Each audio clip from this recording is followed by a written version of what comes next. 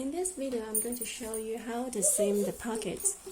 Okay, you just have to lie your piece flat. I still have to block it. It doesn't matter whether you have blocked it already or not. So first, I can put two needles, double-pointed needles, to hold it in place, just to prevent it from rolling. This needs to be something accurate.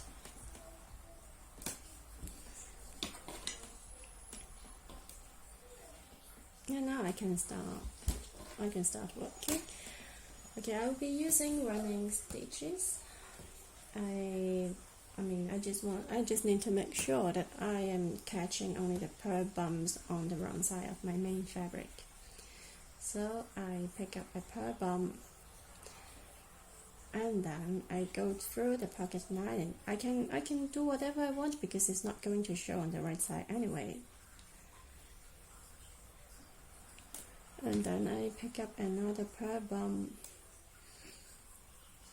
and then I pick up another stitch from the pocket lining, and so on. As you can see, I don't really think that there is anything that you have to pay attention to. Just make sure that your stitches are not too tight.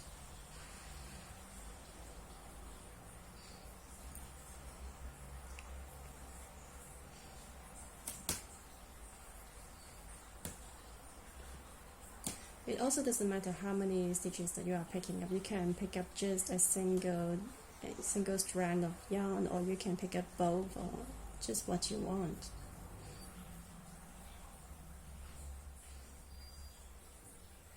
And now I take out the double pointed needle so that I can keep on working.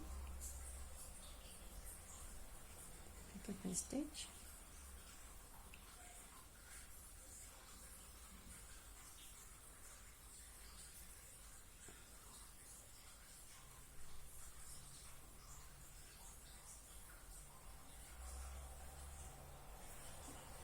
And when you arrive at the end of it, just fix your yarn tail somewhere and cut yarn as usual.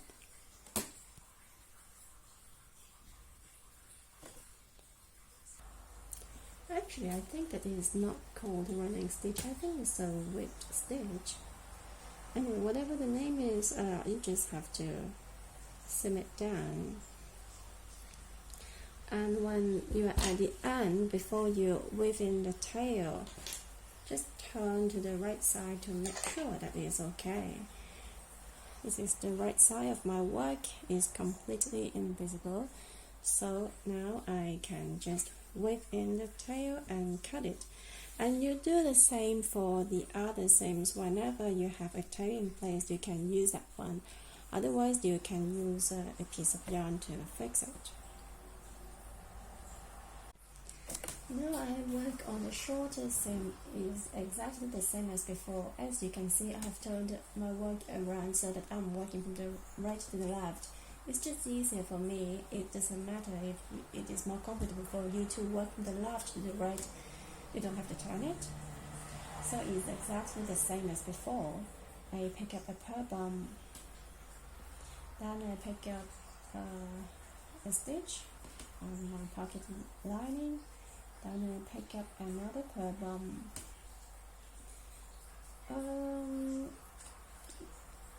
For what about how close the stitches need to be, it's just your personal preference. I think if you're not putting something particularly small in your pockets, it's fine to be like maybe 1 centimeter apart between each stitch. In my case, mainly I'm going to put my hands in the pockets, so it really doesn't matter how close the stitches are.